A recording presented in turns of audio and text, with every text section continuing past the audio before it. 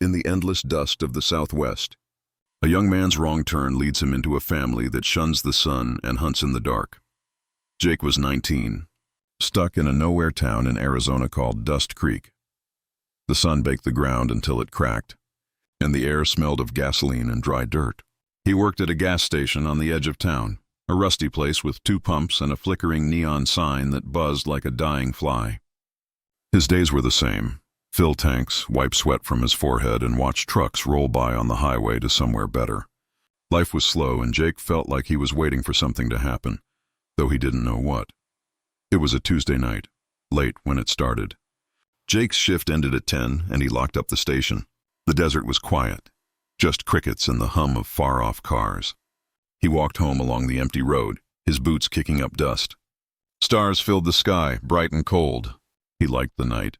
It was cooler, quieter, like the world was holding its breath. Half a mile from town, he saw a pickup truck parked crooked on the shoulder. Its hood was up and a single figure stood beside it, leaning against the side. As Jake got closer, he saw it was a girl, maybe his age, with long dark hair and a denim jacket. She looked out of place like she belonged somewhere wilder than Dust Creek. "Hey!" Jake called, slowing his steps. "You okay?" The girl turned and her eyes caught the moonlight. They were sharp, like she could see right through him. "Truck's dead," she said. Her voice was low with a drawl that didn't sound local. "You know engines?" Jake shrugged. "A bit. Mind if I take a look?" She stepped aside, giving him a small smile. "Be my guest." Jake popped the hood wider and peered in. The engine was old, a mess of greasy parts and loose wires. He'd fixed worse at the station. As he poked around, the girl watched him, leaning against the truck. Her name was Lily, she said. She was passing through with her family, no fixed home, just moving from place to place. Jake thought that sounded exciting. Nothing like his life, tied to a gas station and a 1-bedroom trailer he shared with his uncle. "Where you headed?" he asked, tightening a loose hose. "Wherever the road takes us," Lily said. She didn't look at him, just stared out at the desert. "We don't stay long anywhere." Jake nodded, wiping his hands on his jeans. He didn't know why, but her words made his chest feel tight, like he wanted that kind of freedom. He fiddled with the battery, checked the spark plugs, and after 20 minutes, the engine coughed to life. Lily clapped once, her smile wider now. "You're good," she said. "Thanks, Jake," he grinned, feeling useful for once. "No problem. You good to go now?" Lily tilted her head like she was sizing him up. "Why don't you come with me?" "Just for a ride. See what it's like." Jake hesitated. It was late, and his uncle would worry if he didn't show up.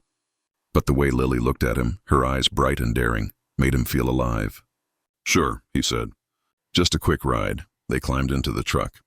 The seats were worn, the dashboard covered in dust. Lily drove, her hands steady on the wheel. The radio was off, and the only sound was the engine's low rumble and the wind through the open windows. Jake glanced at her. Her face was calm, but there was something off about her. Her skin was too pale for someone living under the desert sun, and her nails were bitten down to the quick. They drove away from Dust Creek, deeper into the desert. The road stretched on, a gray ribbon under the stars. Jake tried to make conversation. "So your family, they all travel like this?" "Yeah," Lily said, not looking at him. "We stick together." "Always have. Must be nice," Jake said. "Having people to rely on." She gave a small laugh, sharp and short. "It's not always nice, but it's what we do." Jake didn't know what to make of that. They passed a sign for a rest stop, but Lily kept driving, the truck speeding up. He noticed she kept checking the rearview mirror like she was expecting someone to follow. "You in a hurry?" he asked, half joking. "Just don't like staying still," she said. Her voice was flat, like she was hiding something. They drove for an hour, maybe more. Jake lost track of time. The desert looked the same, sand, rocks, and the occasional twisted Joshua tree. He started to feel uneasy. "Where are we going exactly?" he asked. Lily didn't answer right away. Then she said, "You'll see. We're almost there." There turned out to be a dirt road that branched off the highway. Lily turned onto it, and the truck bounced over ruts and rocks. Jake gripped the door handle. "This where your family's at?" "Yeah," she said. "They're waiting." The dirt road led to a cluster of old trailers and tents, half hidden in a dry riverbed. A fire burned low in the center, casting shadows on the ground. Jake saw figures moving around the fire. 3, maybe 4 people. They weren't talking, just standing there watching the truck pull in. Lily stopped the truck and turned off the engine. "Come on," she said, opening her door. "Meet the family." Jake's stomach twisted. Something about this felt wrong, but he couldn't place it. The air was too still, the shadows too deep. He followed Lily out of the truck, his boots crunching on the gravel. The figures by the fire turned to face them. Their eyes glinted like animals caught in headlights. "Jake," Lily said, her voice low. "This is my family." A man stepped forward, tall and lean with a face like weathered leather. He wore a cowboy hat, tilted low, and his smile didn't reach his eyes. "Well, look at this," he said. "Lily brought us a guest." Jake forced a smile, his heart beating faster. "Hey, I'm Jake. Just helped Lily with her truck." The man nodded, slow. "Name's Caleb. You're welcome here, Jake. Real welcome." The others stayed quiet, watching. There was a woman with short hair and a scar across her cheek, a younger guy with a bandana, and an older man who looked sick, his skin gray and thin. They didn't seem like a family, more like a gang. Jake's skin prickled. "Want a drink?" Caleb asked, holding up a bottle of something dark. "Nah, I'm good," Jake said. "Just wanted to make sure Lily got back safe." Caleb laughed, a dry sound like rattling bones. "Safe, that's a good one." Lily touched Jake's arm. "Stay a bit," she said. "It's late." "You don't want to walk back now." Jake glanced at the trailers, the fire, the faces staring at him. He wanted to leave, but the desert was miles of nothing, and he didn't know the way back. "Maybe just for a bit," he said. They sat by the fire. Caleb passed the bottle around, but Jake noticed no one drank much. They talked, but it was strange. Short sentences, half answers. Lily stayed close to Jake, her knee brushing his. He felt warm, but not in a good way. The firelight made everyone's faces look wrong, like they were wearing masks. "So, Jake," Caleb said, leaning forward. "What's your story? You happy in that little town?" Jake shrugged. "It's okay. Work's steady. Not much else to do. Sounds like a cage," the woman with the scar said. Her name was Mara. "You ever think about leaving?" "Sometimes," Jake admitted. "But it's home," Mara smirked. "Home's just a place you get stuck." The conversation died. The fire crackled and Jake's eyes felt heavy. He hadn't realized how tired he was. Lily leaned closer, her breath cool against his neck. "You look beat," she said. "We got a spot for you to crash." Jake nodded, too tired to argue. They led him to one of the trailers, a small one with a single cot inside. It smelled like dust and metal. He lay down, his mind fuzzy. Lily stood in the doorway, watching him. "Sleep tight," she said, and closed the door. Jake drifted off, the sound of the fire still in his ears. He didn't see the lock click shut on the trailer door. He didn't hear the whispers outside or the soft footsteps circling the camp. And he didn't know that the family wasn't what they seemed, not drifters. Not outlaws, but something older, hungrier, and tied to the night. When he woke, the sun was rising, but the trailer had no windows. He felt strange, like his body wasn't his own. His mouth was dry and his head ached. He tried the door. It was locked.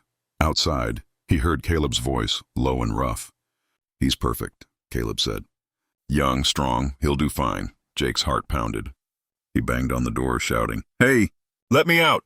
No one answered. The trailer was hot, the air thick. He sat back on the cot, trying to stay calm. He didn't know what was happening, but he knew one thing. He shouldn't have gotten in that truck. Jake sat on the cot in the locked trailer, his hands shaking. The air inside was thick, like breathing through a rag soaked in dust. His head throbbed, and his mouth felt like he'd swallowed sand. The trailer was a metal box. No windows, no vents. Just a faint sliver of light creeping under the door.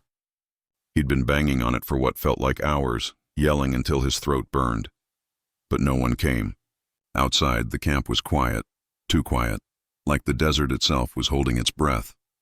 He pressed his ear to the door, listening. Nothing at first, then a low murmur, voices too soft to make out. Caleb's rough drawl cut through, saying something about waiting for dark. Jake's stomach twisted. He didn't know what that meant, but it didn't sound good. He tried the door again, shoving his shoulder against it. It rattled, but didn't budge. The lock was solid, probably a deadbolt. "Think, Jake," he muttered to himself. He wasn't strong enough to break the door, and there was nothing in the trailer to use as a tool. Just the cot, a thin blanket, and a rusty bucket in the corner that smelled like it hadn't been cleaned in years. He checked his pockets. A lighter, a few bucks, and a pocket knife with a 2-inch blade. Not much, but better than nothing. He knelt by the door, trying to work the knife into the gap where the lock met the frame. The metal scraped, loud in the silence, but the lock didn't give. He cursed under his breath and sat back, wiping sweat from his face. The trailer was getting hotter, the air heavy. He figured it was morning by now. The sun must be up, baking the desert outside. But inside it felt like a trap. Then he heard footsteps, slow and deliberate, crunching on the gravel outside. They stopped right by the door. Jake froze, his heart pounding so loud he was sure whoever was out there could hear it. A shadow moved under the door, blocking the thin strip of light. Jake. It was Lily's voice, soft and calm, like she was asking him to pass the salt. "You awake?" "Yeah," he said, trying to keep his voice steady. "Why's the door locked? Let me out." There was a pause, too long. "It's for your own good," she said finally. "It's not safe out here right now." "What's that supposed to mean?" Jake stood, his hands clenched. "Lily, open the damn door. You'll see soon," she said. "Just wait. It's better at night." "Night?" Jake's voice rose. "I don't want to wait till night." "Let me out now!" The shadow shifted like she was leaning closer to the door. "Don't make this harder, Jake. You're with us now. Just trust me. Trust you." He laughed, sharp and bitter. "I don't even know you. I fixed your truck, that's it. Let me go home."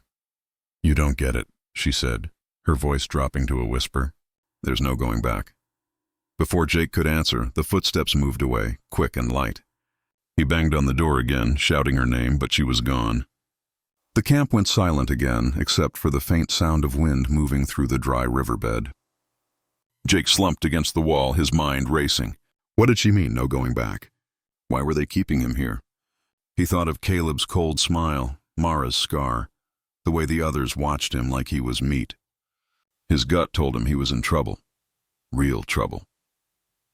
He spent the next few hours pacing the trailer, trying to think of a way out. He checked every inch of the walls, looking for weak spots, but the metal was solid, rusted but thick. The heat was unbearable now, his shirt sticking to his back. He drank the last of his water from a bottle he found under the cot, but it didn't help much. His head felt foggy, like he was getting sick. He wondered if they'd drugged him somehow, but he couldn't remember eating or drinking anything they gave him. Around what he guessed was noon, the trailer got so hot he could barely breathe. He stripped off his shirt and used it to fan himself, but it didn't help. He sat on the cot, trying to stay calm, when he heard voices again, this time louder, arguing. It was Caleb and Mara. "We don't need him," Mara said, her voice sharp. "He's trouble. I can smell it." "He's young," Caleb said. "Strong. We need fresh blood." Jake's breath caught. Fresh blood? He told himself it was just a figure of speech, but the words stuck in his head heavy and wrong. He pressed his ear to the door again, straining to hear. "He's not one of us," Mara said. "Not yet. And if he doesn't take to it, he will." Caleb cut her off. "Lily's got away with him." "You saw how he looked at her," Mara snorted. "That's what worries me." He soughed. Town boys always are. Their voices faded as they walked away. Jake's hands shook as he sat back. He didn't know what they were talking about, but it sounded bad. Real bad. He thought about Lily, her smile, her cool touch. He'd liked her, trusted her, but now he wasn't sure. Was she part of this, whatever this was? He didn't want to believe it, but the locked door said otherwise. As the day dragged on, the heat started to ease, like the sun was dipping low. Jake's eyes adjusted to the dim light, and he noticed something he'd missed before. Scratches on the inside of the trailer door, deep and uneven, like someone had clawed at it. His stomach dropped. He ran his fingers over the marks, feeling the gouges in the metal. They were old, but they told a story. Someone else had been locked in here, someone desperate to get out. He was about to try his knife on the lock again when he heard a new sound, a low groan, like someone in pain. It came from outside, near the trailers.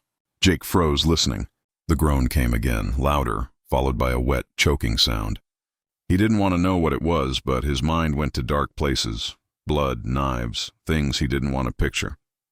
The camp went quiet again, but now Jake was sure he wasn't alone. He could feel it, like eyes watching through the walls. He sat on the cot, clutching his knife, and waited. Hours passed, or maybe minutes. He couldn't tell anymore. The sliver of light under the door faded, turning gray, then black. Night had fallen. Footsteps came again, heavier this time. The lock clicked and the door creaked open. Caleb stood there, his cowboy hat casting a shadow across his face. "Time to come out, Jake," he said. "We got work to do." Jake gripped his knife tighter, keeping it hidden behind his back. "What kind of work?" Caleb's smile was all teeth. "The kind that keeps us going." "Come on." Jake didn't move. "I'm not going anywhere till you tell me what's happening." Caleb stepped into the trailer, his boots loud on the metal floor. He was taller than Jake remembered, his presence filling the small space. "You're a guest," he said, "but guests don't get to ask questions. You're with us now. Act like it." Jake's heart raced. He thought about lunging with the knife, but Caleb was bigger, stronger, and something about him felt wrong, like he wasn't entirely human. Jake swallowed hard and stood, keeping the knife close. "Fine," he said. "Let's go." Caleb led him out into the camp. The fire was burning again, higher now, throwing shadows across the trailers. Lily was there, sitting on a crate, her eyes fixed on Jake. Mara stood nearby, sharpening a knife with a slow, deliberate scrape. The younger guy with the bandana, who Jake learned was called Tuck, was poking at the fire. The older man, the sick-looking one named Amos, was nowhere to be seen. "Sit," Caleb said, pointing to a spot by the fire. "He's not one of us," Mara said. "Not yet. And if he doesn't take to it, he will." Caleb cut her off. "Lily's got away with him." "You saw how he looked at her," Mara snorted. "That's what worries me." He soughed. Town boys always are. Their voices faded as they walked away. Jake's hands shook as he sat back. He didn't know what they were talking about, but it sounded bad. Real bad. He thought about Lily, her smile, her cool touch. He'd liked her, trusted her, but now he wasn't sure. Was she part of this, whatever this was? He didn't want to believe it, but the locked door said otherwise. As the day dragged on, the heat started to ease, like the sun was dipping low. Jake's eyes adjusted to the dim light, and he noticed something he'd missed before. Scratches on the inside of the trailer door, deep and uneven, like someone had clawed at it. His stomach dropped. He ran his fingers over the marks, feeling the gouges in the metal. They were old, but they told a story. Someone else had been locked in here, someone desperate to get out. He was about to try his knife on the lock again when he heard a new sound, a low groan, like someone in pain. It came from outside, near the trailers. Jake froze, listening. The groan came again, louder, followed by a wet, choking sound. He didn't want to know what it was, but his mind went to dark places, blood, knives, things he didn't want to picture. The camp went quiet again, but now Jake was sure he wasn't alone. He could feel it, like eyes watching through the walls. He sat on the cot, clutching his knife, and waited. Hours passed, or maybe minutes. He couldn't tell anymore. The sliver of light under the door faded, turning gray, then black. Night had fallen. Footsteps came again, heavier this time. The lock clicked and the door creaked open. Caleb stood there, his cowboy hat casting a shadow across his face. "Time to come out, Jake," he said. "We got work to do." Jake gripped his knife tighter, keeping it hidden behind his back. "What kind of work?" Caleb's smile was all teeth. "The kind that keeps us going." "Come on." Jake didn't move. "I'm not going anywhere till you tell me what's happening." Caleb stepped into the trailer, his boots loud on the metal floor. He was taller than Jake remembered, his presence filling the small space. "You're a guest," he said, "but guests don't get to ask questions. You're with us now. Act like it." Jake didn't want to go, but he didn't see a way out. The desert was too big, too empty, and he didn't know where he was. He followed them to the truck, his knife still hidden in his hand. They piled in, Lily driving, Caleb in the passenger seat, Mara and Tuck in the back with Jake. The engine roared to life, and they pulled onto the dirt road, heading back toward the highway. "Where are we going?" Jake asked again, his voice louder now. Mara laughed, a cold sound. "You ask too many questions, town boy." "Shut up, Mara," Lily snapped, glancing at her in the rearview mirror. Caleb turned in his seat, looking at Jake. "We're going hunting," he said. "And you're gonna help? Hunting?" Jake's mouth went dry. "Hunting what?" Caleb's eyes glinted like he was enjoying this. "You'll see."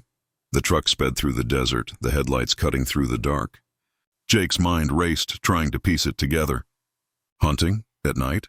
In the middle of nowhere? He thought of the scratches on the trailer door, the groan he'd heard, Caleb's talk of fresh blood.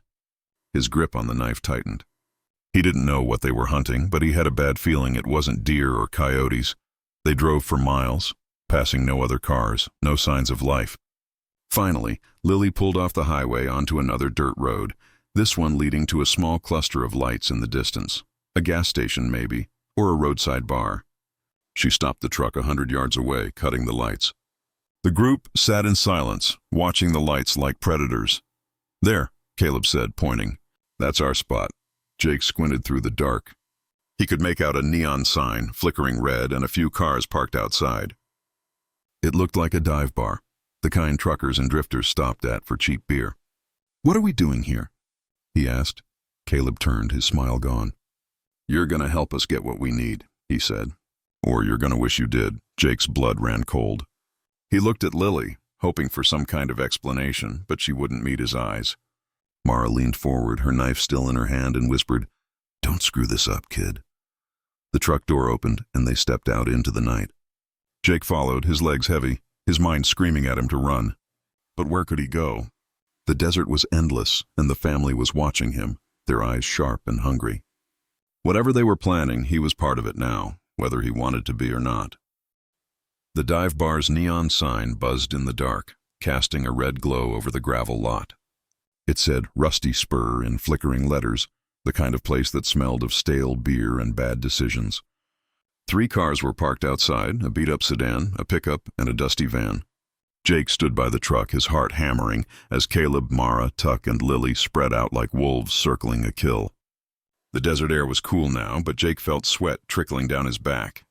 His pocket knife was still in his hand, hidden, its small blade feeling useless. Caleb crouched low, his eyes fixed on the bar. 2 inside, he said, his voice barely a whisper. "Maybe 3. Easy pickings." "Pickings," Jake said, his throat tight. "What are we doing here?" Mara shot him a look, her scar twisting in the neon light. "Told you, town boy. Hunting." "Hunting what?" Jake's voice cracked. He glanced at Lily, hoping for answers, but she was staring at the bar, her face blank, like she was somewhere else. Caleb turned, his smile sharp. "You'll see soon enough. Just stay close and don't run." Jake's legs itched to bolt, but the desert stretched out black and empty around them. Running would be suicide. No water, no map, no idea where he was. He gripped the knife tighter, his palm sweaty. Whatever they were planning, he wasn't sure he could stomach it. Tuck moved first, slipping toward the bar like a shadow. He was young, maybe 17, but moved like he'd done this before. Mara followed, her knife glinting as she tucked it into her belt. Lily stayed by Jake, her hand brushing his arm. "Stick with me," she whispered. "It'll be okay." "It don't feel okay," Jake said, pulling away. "Tell me what's happening, Lily, now." She looked at him, her eyes soft but guarded. "You'll understand after tonight." "Just trust me." "Trust you?" Jake hissed. "You locked me in a trailer. You dragged me out here." "What the hell is this?" Before she could answer, Caleb motioned them forward. "Move," he said, low and sharp. "Time's wasting." They crept toward the bar, staying low. Jake's boots crunched on the gravel, too loud in the quiet. The others moved silently, like they were part of the night itself. The bar's windows were grimy, the light inside dim. Jake could make out shapes moving. 2 men at a table, maybe a bartender behind the counter. Regular people, he thought, probably truckers or locals grabbing a drink. So why did Caleb call them pickings? Caleb stopped by the door, his hand on the handle. "Lily, you and Jake go in first. Act normal. Get their attention." Lily nodded, grabbing Jake's hand. Her skin was cold, like she'd been standing in a freezer. "Come on," she said, pulling him toward the door. Jake's stomach churned. "I'm not going in there," he said, yanking his hand back. "Not till you tell me what's going on." Caleb stepped close, his breath hot against Jake's face. "You don't got a choice, kid. You're in or you're out. And out ain't a good place to be." Jake's mouth went dry. He looked at Lily, then at Mara and Tuck, who were watching him like hawks. He didn't know what out meant, but he could guess it wasn't good. He nodded, slow, and followed Lily to the door. Inside, the bar smelled of sweat and spilled beer. The jukebox played a low, twangy song, and the air was thick with cigarette smoke. 2 men sat at a corner table, both in flannel shirts, nursing beers. One was big, with a beard and a trucker hat. The other was skinny, his face lined like he'd lived too hard. The bartender, an older woman with gray hair, was wiping down the counter, barely looking up as Jake and Lily walked in. Lily slid into a booth near the door, pulling Jake down beside her. "Act normal," she whispered. "Talk to me like we're on a date." Jake forced a smile, his heart racing.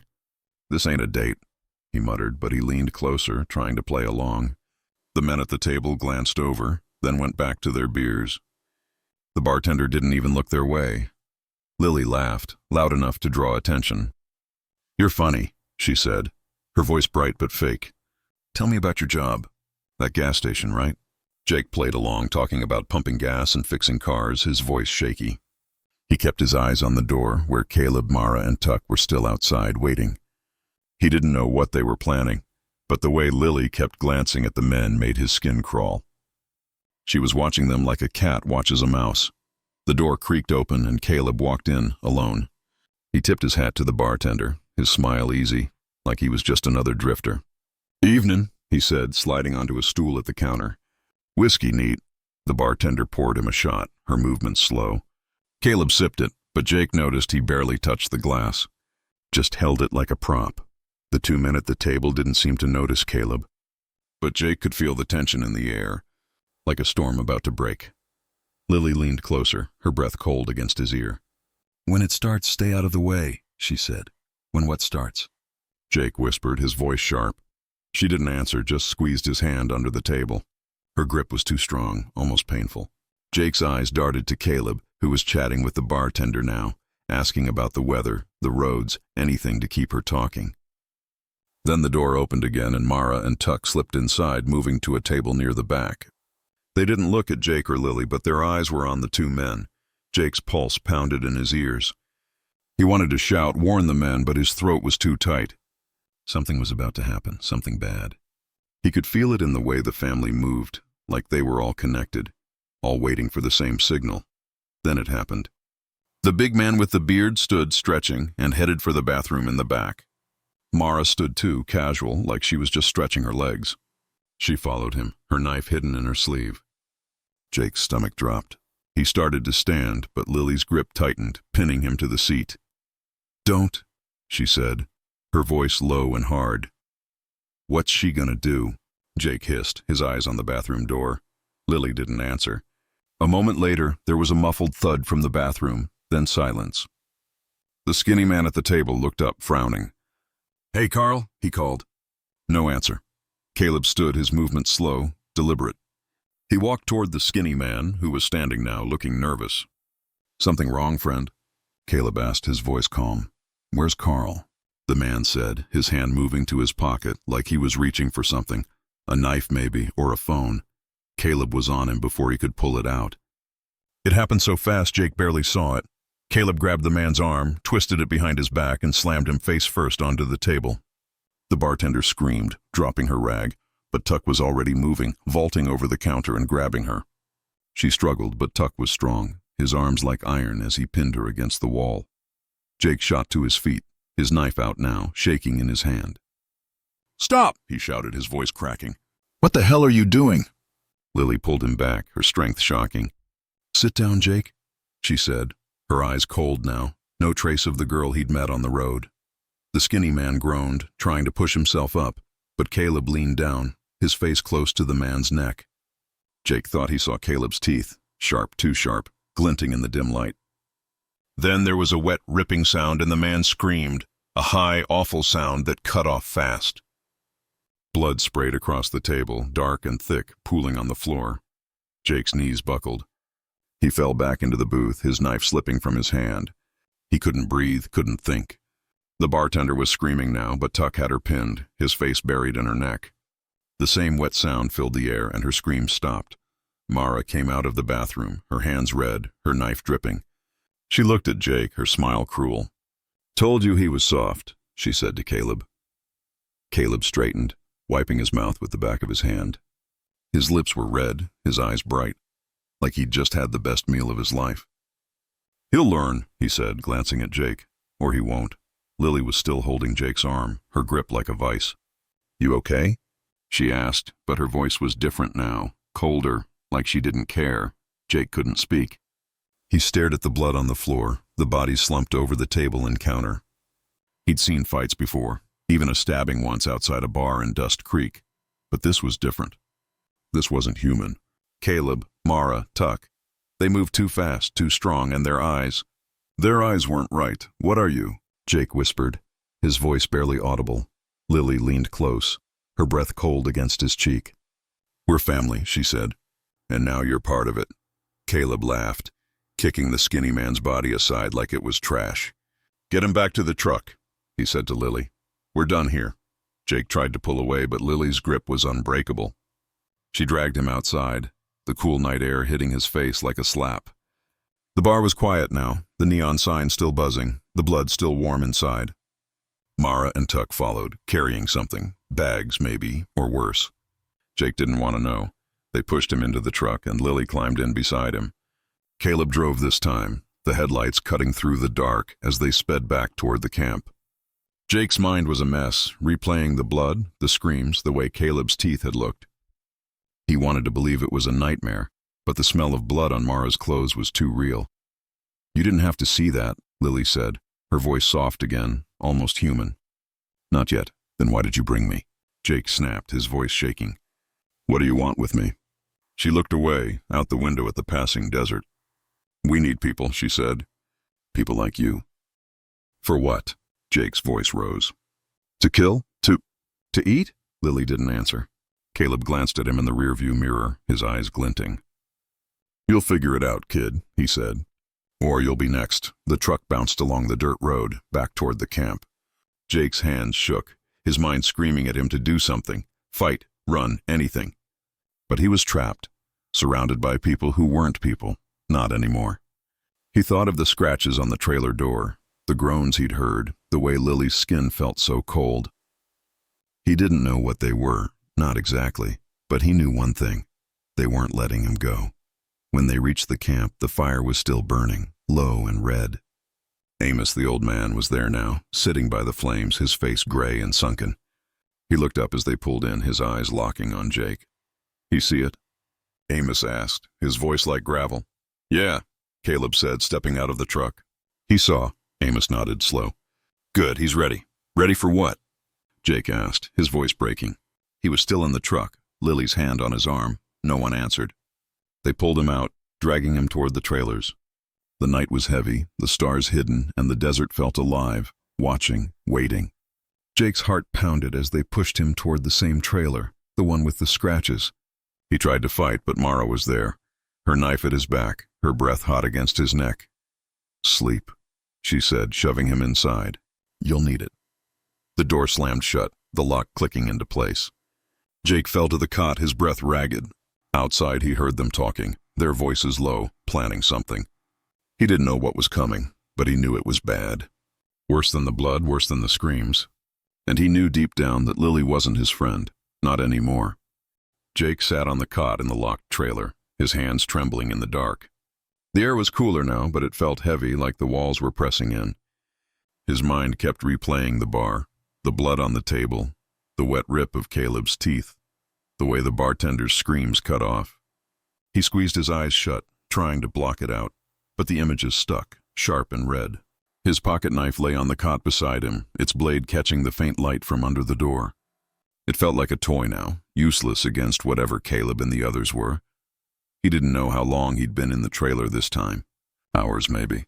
The camp outside was quiet, but not the kind of quiet that felt safe.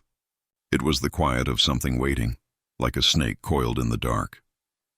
Jake's throat was dry, his stomach empty.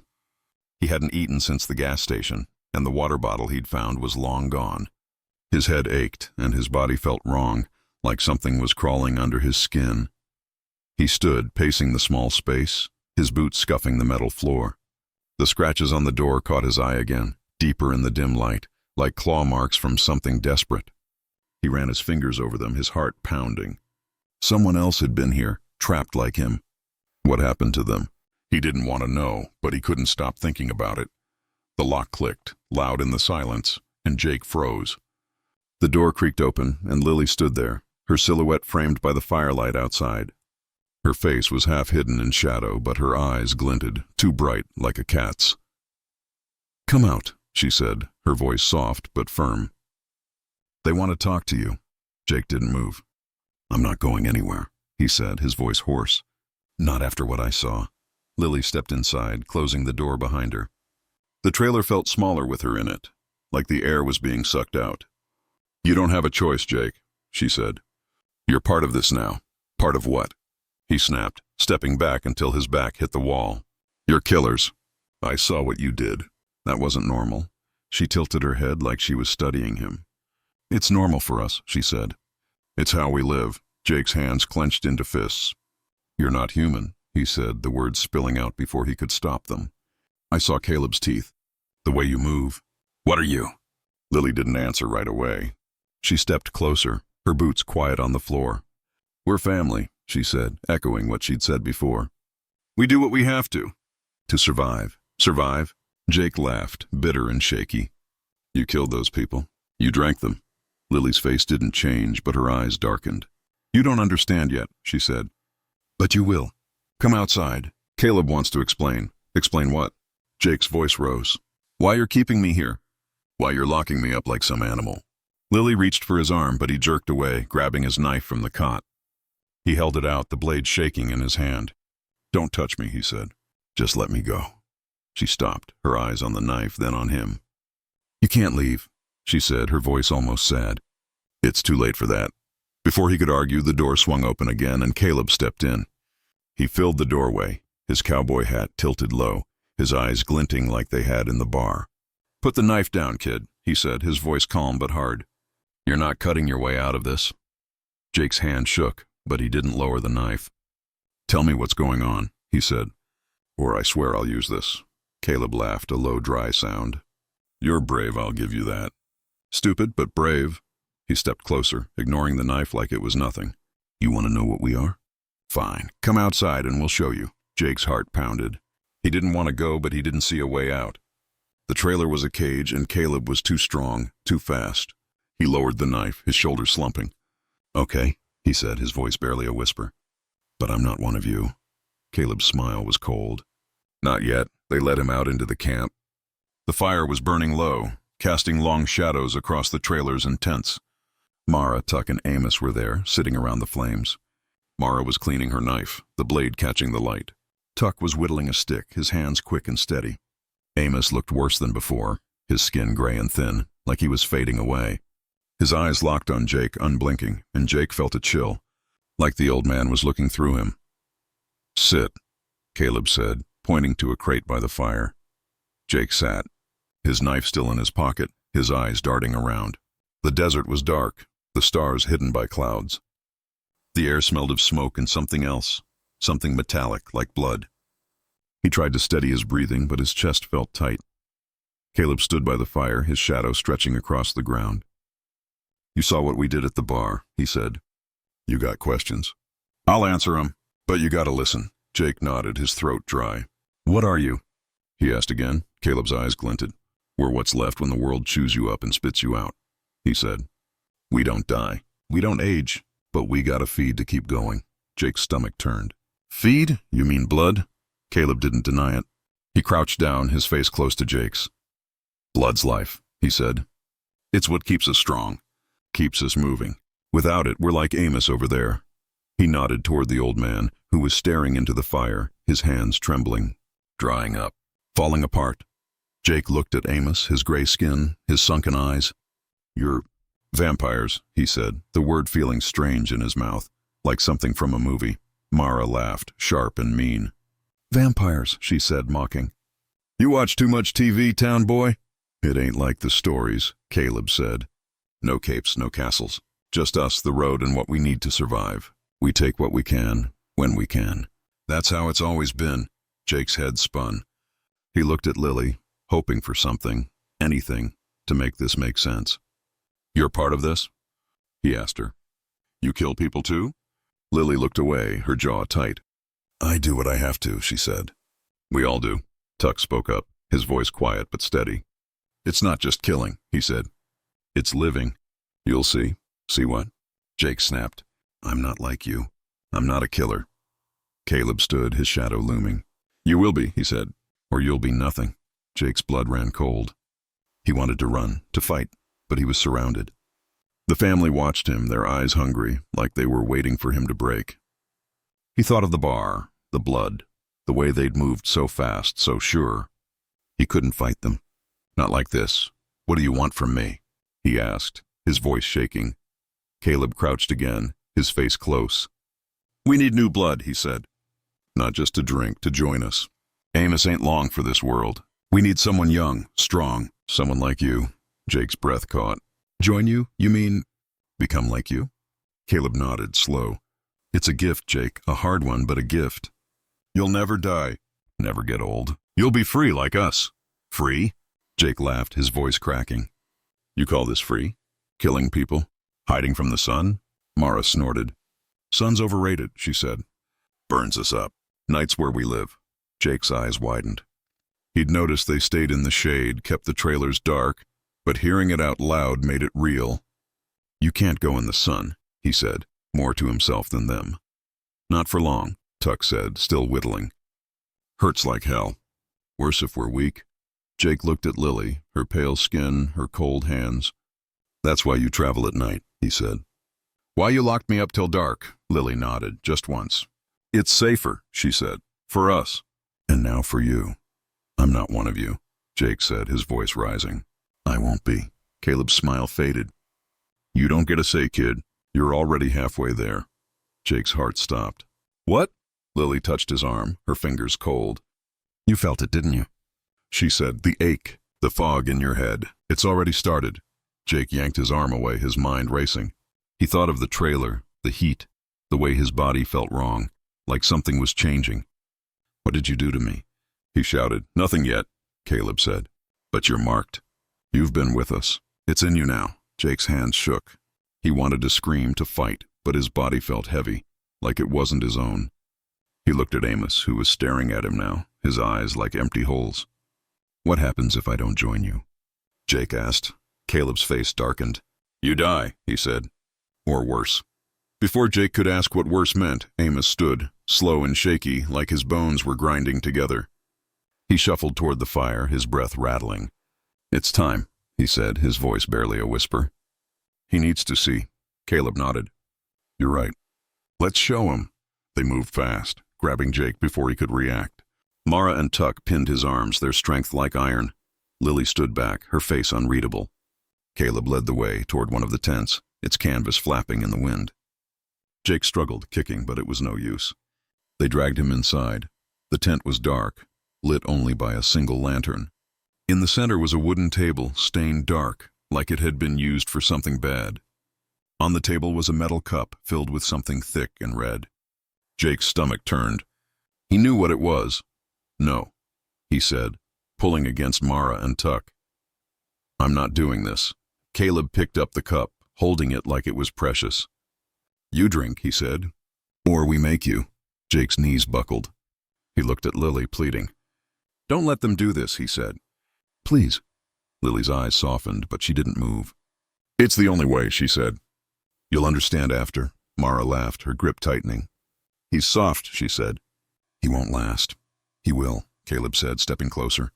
He held the cup to Jake's lips, the smell of blood sharp and metallic. Drink, Jake, join us. And Jake clamped his mouth shut, shaking his head. He kicked out, catching Tuck in the shin, but Tuck didn't even flinch. Caleb grabbed Jake's jaw, forcing his mouth open. The cup tilted and the blood touched his lips, warm and thick.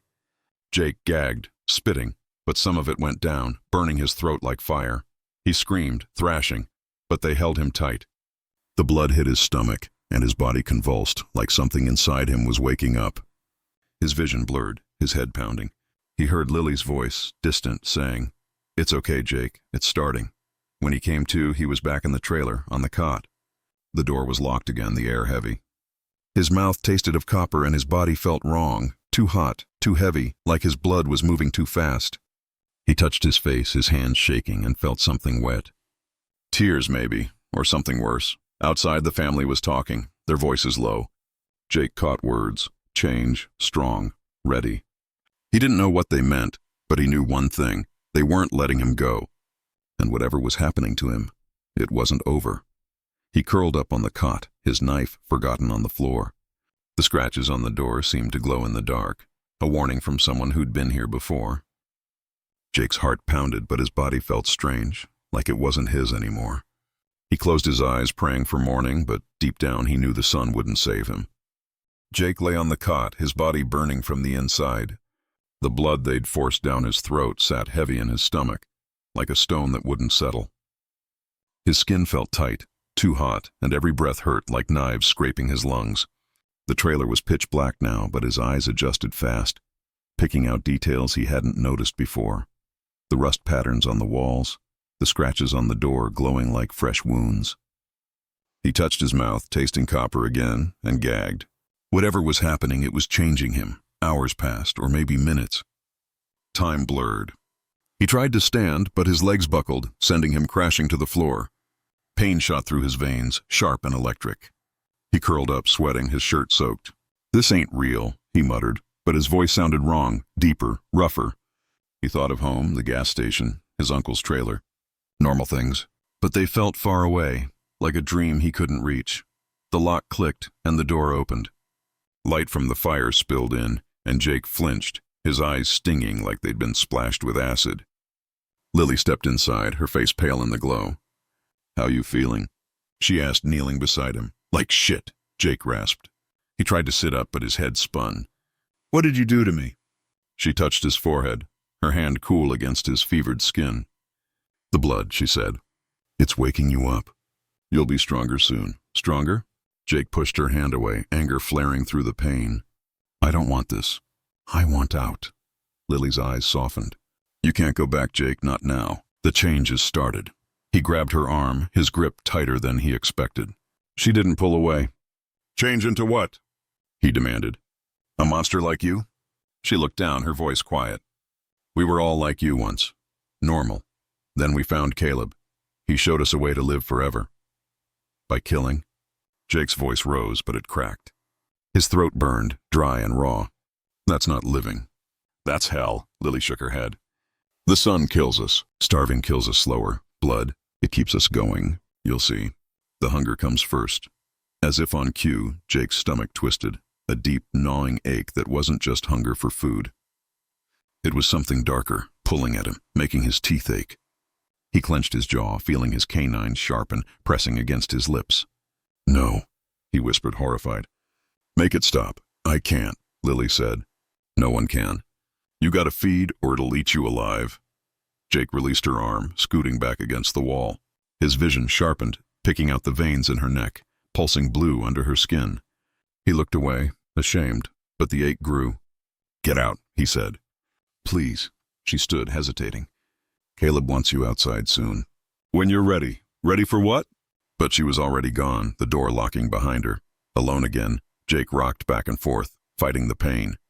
His body convulsed in waves, hot, then cold, his muscles cramping like they were reshaping.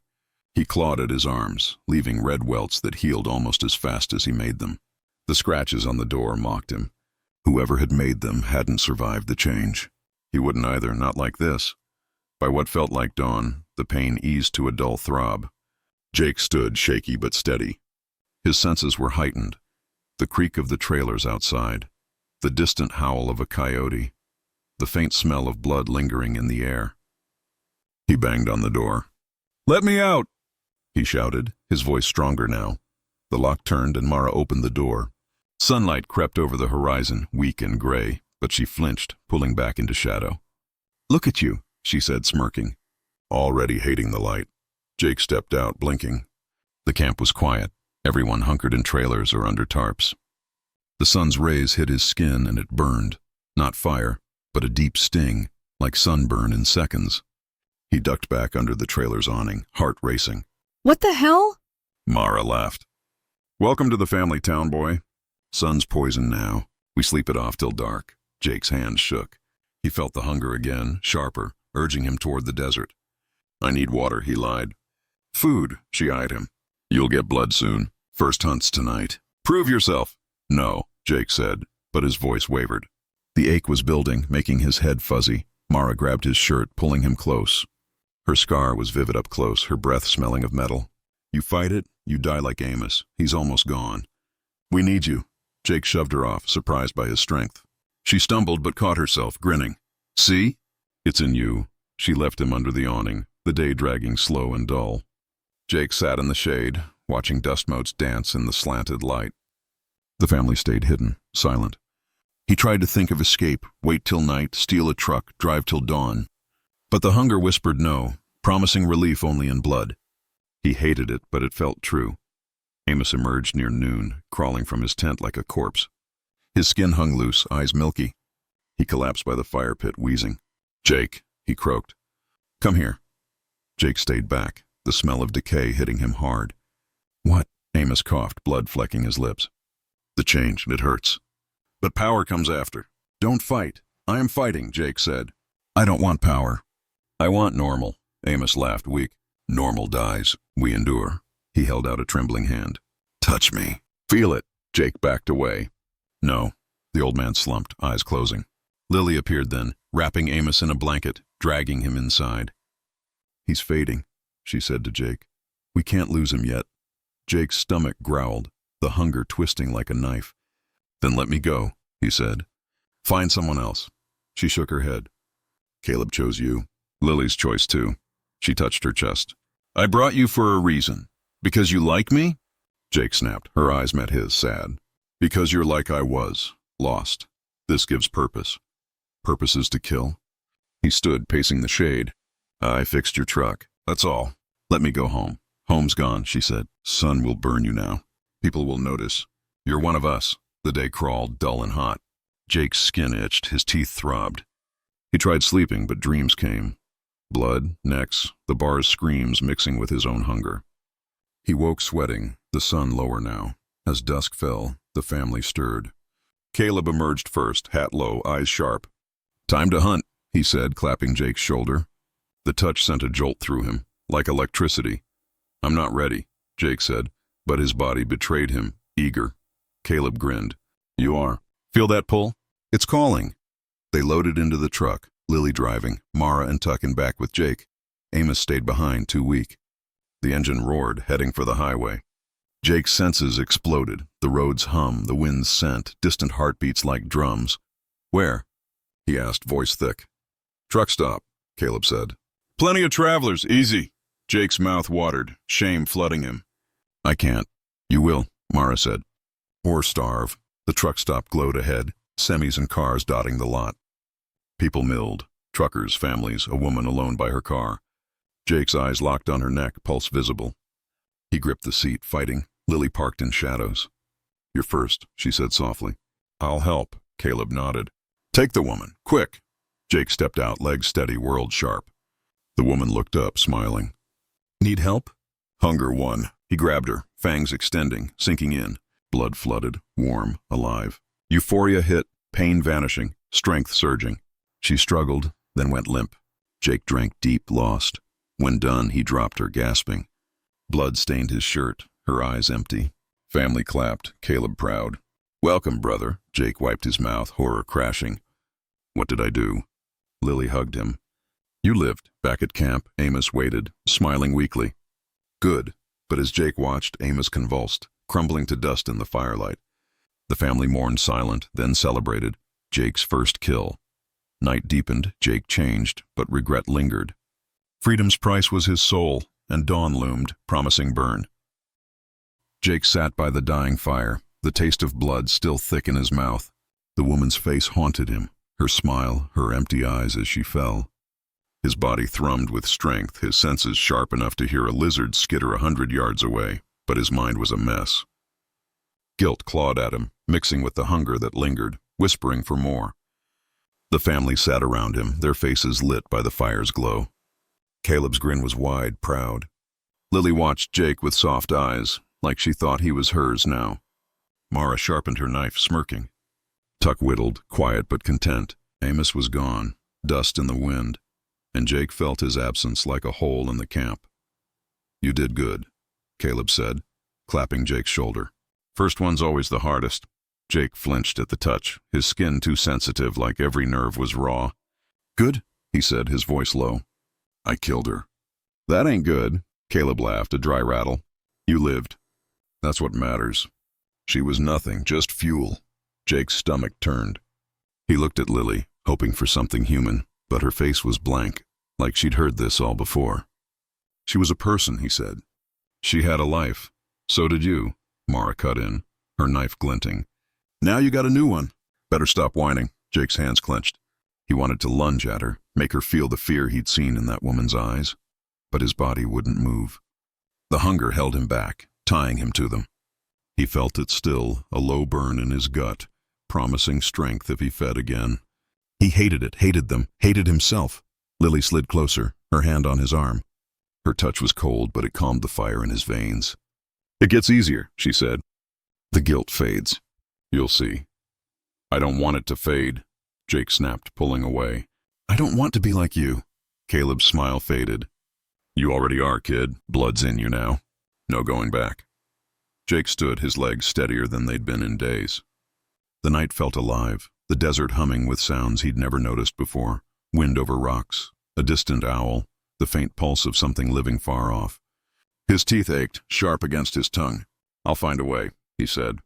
I'm not staying. Mara laughed, loud and mean. Run if you want, she said. Sun'll burn you to ash, or we'll find you first. Tuck looked up, his hands pausing on the stick he was carving. She's right, he said, quiet. Nowhere to go. We're your family now. Jake's chest tightened. He thought of Dust Creek, his uncle, the gas station, small, boring things that felt like paradise now. But the sun was poison and the hunger was real.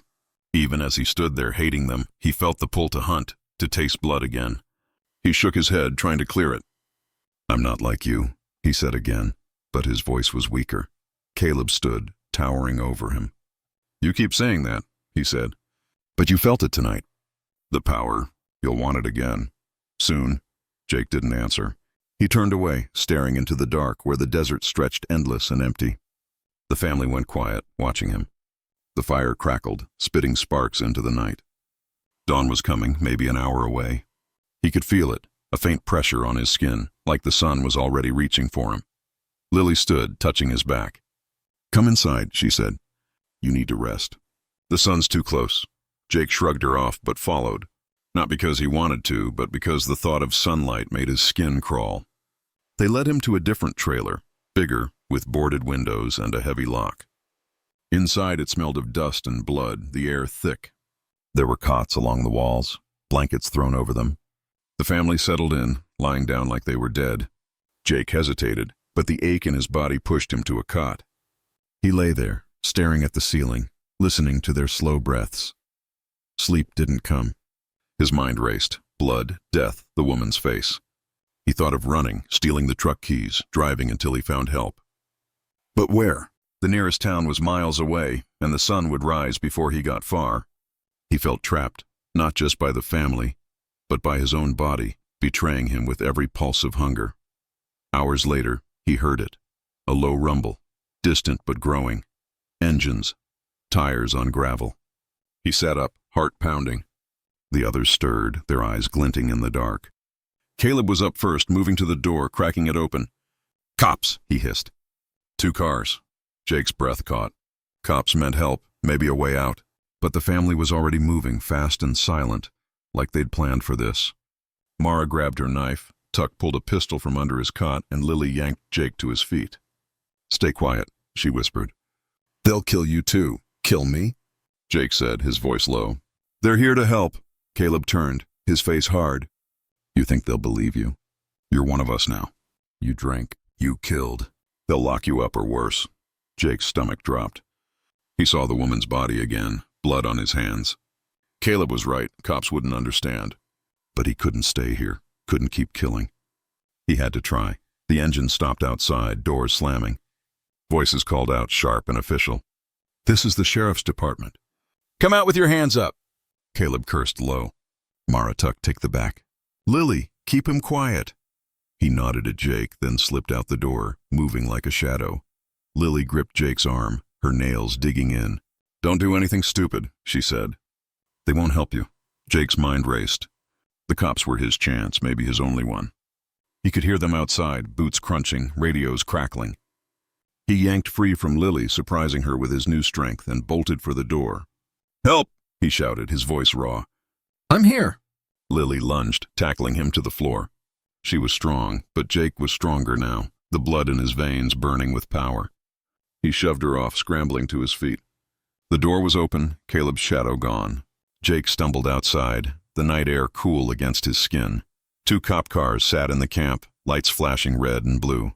4 deputies stood behind them, guns drawn. "Hands up!" one shouted, his voice sharp. "Now!" Jake raised his hands, heart pounding. "I'm not with them," he yelled. "They took me!" "Please!" The deputies hesitated, their eyes narrowing. Jake realized how he must look. Pale, blood on his shirt, eyes too bright. "Get on the ground!" The lead deputy barked, his gun steady. Before Jake could move, a blur shot past him. Caleb, moving faster than humanly possible. He grabbed the deputy, twisting his arm until the gun fell.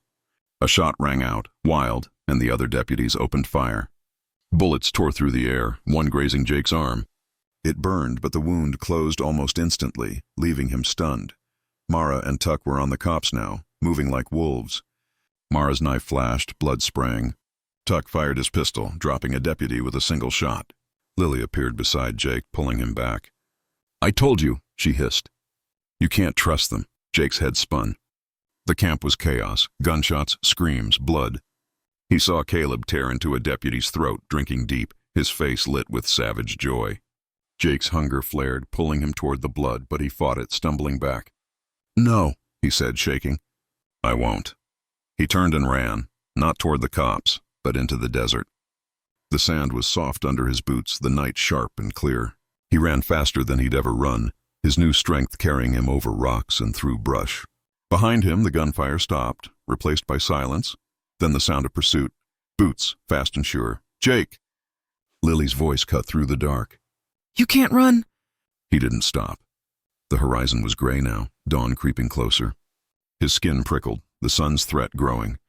He didn't know where he was going, just that he had to get away, from the family, the blood, the thing he was becoming. He reached a dry riverbed, stumbling down its banks. The truck was there, parked where they'd left it after the hunt. Keys were in the ignition, sloppy but lucky. Jake climbed in, hands shaking as he started the engine. The truck roared to life, and he floored it, kicking up dust as he sped toward the highway. Lily's voice called again, closer now. "Jake, stop! You'll burn!" He ignored her, the truck bouncing over ruts. The sky lightened, pink streaks spreading. His skin stung, then burned, like he was standing too close to a fire. He gritted his teeth, pushing through the pain. The highway appeared, a thin line of asphalt. He turned onto it, driving blind, not caring where it led. The sun broke the horizon, and Jake screamed. His skin blistered, smoke rising from his arms. The truck swerved, his vision blurring. He saw a sign, Dust Creek, 20 miles, home.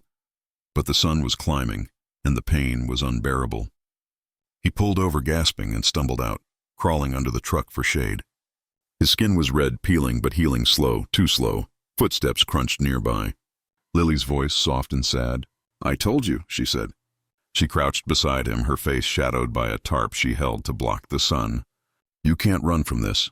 Jake's breath hitched, the hunger roaring back despite the pain.